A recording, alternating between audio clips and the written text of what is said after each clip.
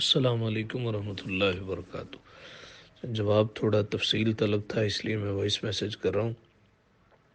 حضرت عبداللہ بن عمر رضی اللہ تعالیٰ عنہما راوی ہیں، اور یہ حدیث مبارکہ سنن الترمذی کی ہے، حدیث نمبر 131 ہے کہ نبی اکرم صلی اللہ علیہ وآلہ وسلم نے فرمایا: لا تقرأ الحائض ولا الجنوب شیئا من القرآن، یعنی ایام میں خواتین کے لیے اور جنبی شخص کے لیے، خواتین جب ایام میں ہوں اور آدمی جب جنبی ہو، اس قرآن پاک سے کچھ نہ پڑھے۔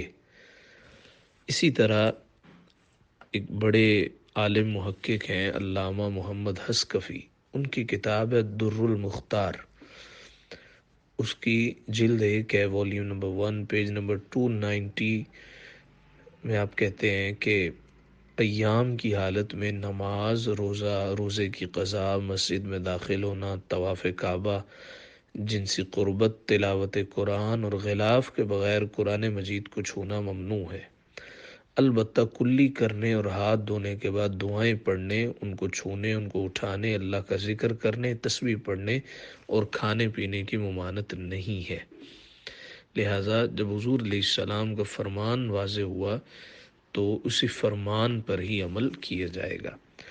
رہا کل کی بات، تو اس میں آیت کریمہ کے حوالے سے بعض لوگوں نے یہ کہا کہ کسی آیت کو قرآن کی آیت سمجھ کے پڑھنا تو ممنوع ہے، لیکن کسی جملے کو، کسی سینٹنس کو دعا کے طور پہ پڑھنا یا تسبیح کے طور پہ پڑھنا، اس کی اجازت ہے۔ لہٰذا لا الہ الا انت سبحانک انی کنت من الظالمین اگر قرآن سمجھ کے پڑھیں گے تو جائز نہیں ہے، اگر اس کو دعا سمجھ کے پڑھیں گے، مناجات کے طور پہ، وظیفے کے طور پہ، تو پڑھ سکتے ہیں۔ رہا یہ سوال کہ زبان تو پاک ہوتی ہے، لیکن ناپاک کچھ بھی نہیں ہوتا۔ جنبی شخص ہو یا عورت ایام میں ہو، ناپاک نہ زبان ہوتی ہے، نہ چہرہ ہوتا ہے، نہ ہاتھ ہوتے ہیں۔ ایک مرتبہ حضور علیہ السلام نے حضرت عائشہ سے کہا کھانا بناؤ، وہ کہنے لگی کہ آٹا نہیں گوندا، فرمایا گوند لو، مفہوم حدیث ہے۔ کہنے لگی کہ میں تو ایام سے ہوں، تو آپ صلی اللہ علیہ وآلہ وسلم نے فرمایا تمہارے ہاتھوں میں ناپاکی تو نہیں ہے، اس کا مطلب یہ ہے کہ تمہارے ہاتھ تو پاک ہیں، اس طرح زبان بھی پاک ہوتی ہے۔ تو ناپاک مومن کا کچھ بھی نہیں ہوتا، لیکن ان ایام میں اور آدمی جب جنابت میں ہو، اس کو نبی اکرم صلی اللہ علیہ وآلہ وسلم نے منع کیا ہے کہ تم نے یہ کام نہیں کرنے۔ اور اسلام میں اللہ کا فرمان ہو، حضور کا فرمان ہو، یہ حجت ہوتا ہے کہ قرآن میں کہا گیا اطیعوا اللہ و اطیعوا الرسول، اللہ کی اطاعت کرو اور رسول کی اطاعت کرو۔ چونکہ حضور علیہ السلام کا فرمان ہے، اس وجہ سے ممانت ہے۔ بقیہ رہ گی ناپاکی، تو ناپاکی صرف مشرکوں میں اللہ نے بیان کی ہے کہ اللہ نے قرآن شریف میں فرمایا انما المشرکون نجس، بے شک مشرک نجس ہیں، فلا یقربوا المسجد الحرام بعد عامہم ھذا، اس سال کے بعد وہ مسجد حرام کے قریب نہ آئے۔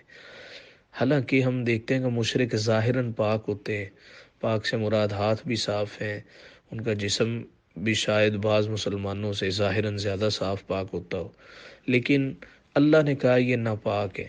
کیوں ناپاک ہے؟ اس لیے کہ ایمان کی سلامتی نہیں ہے، اور پھر اللہ کا فرمان آ گیا۔ تو جہاں اللہ رسول کا فرمان آ جائے، یہ ایسے ہی ہے جس طرح کہ کمانڈر ان چیف کہتا ہے کہ یہ کام کرنا ہے اور یہ نہیں کرنا، اور اس سے اس کی بات کسی کو سمجھ آئے تب بھی اس کی بات ماننا ضروری ہے، نہ آئے تب بھی ماننا ضروری ہے، چونکہ اللہ رسول کا فرمان ہے، اس وجہ سے کہا جاتا ہے۔